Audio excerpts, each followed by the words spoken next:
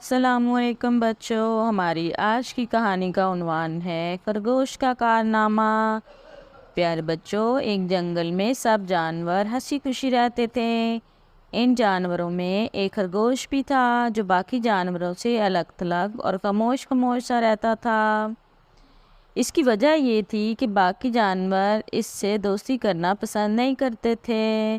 ایک دن چڑیا گھر کا کچھ عملہ ان کے جنگل میں آ نکلا۔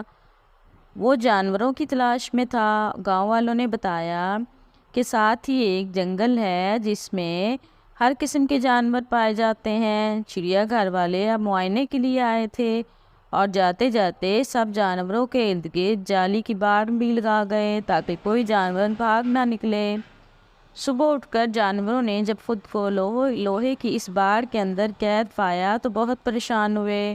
سبھی نے کوشش کی کہ وہ جال ٹوٹ جائے مگر کوئی فائدہ نہ ہوا۔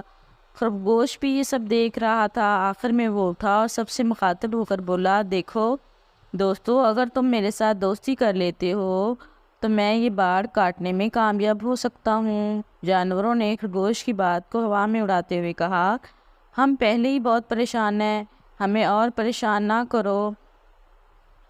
خرگوش سب کی بات سن کر چپ کر کے بیٹھ گیا مگر اس سے زیادہ دیر تک سب کی پریشانی دیکھی نہ گئی۔ وہ اٹھا اور اپنے دانتوں سے باڑ کترنی شروع کر دی۔ جب سب جانوروں نے دیکھا کہ خرگوش نے باڑ کا کچھ حصہ کاٹ لیا ہے تو وہ بہت خوش ہوئے اور خرگوش کو ہمت افزائی کرنے لگے کہ جلدی جلدی باڑ کاٹو تاکہ ہم صبح ہوتے ہی یہاں سے نکل جائیں۔ خرگوش کا اب بھی وہی مطالبہ تھا کہ پہلے میرے ساتھ دوستی کرنے کا وعدہ کرو۔ جب سب جانوروں نے حامی بھر لی تو خرگوش باڑ کاٹنے میں مصروف ہو گیا۔ بہت محنت کے بعد وہ باڑ کاٹنے میں کامیاب ہو گیا۔ سب جانور بہت خوش ہوئے اور جلدی جلدی باڑ سے نکلنے لگے اور خرگوش کو وہیں چھوڑ گئے۔ وہ بہت افسردہ ہوا کہ کسی کو اس کی پرواہ ہی نہیں۔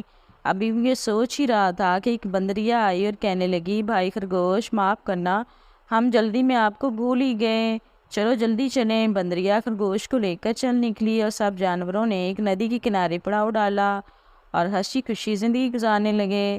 دیکھا بچوں، دنیا میں کوئی چیز بھی بیکار اور حقیر نہیں ہوتی۔ خرگوش کو سب جانوروں نے نکما سمجھتے ہوئے دوستی کرنا گوارا نہ کی، لیکن وہی خرگوش سب کو ایک بڑی مصیبت سے نکالنے میں کامیاب ہو گیا۔ ملتے ہیں نیکسٹ ویڈیو میں ایک نئی کہانی کے ساتھ، تب تک کے لیے اللہ حافظ۔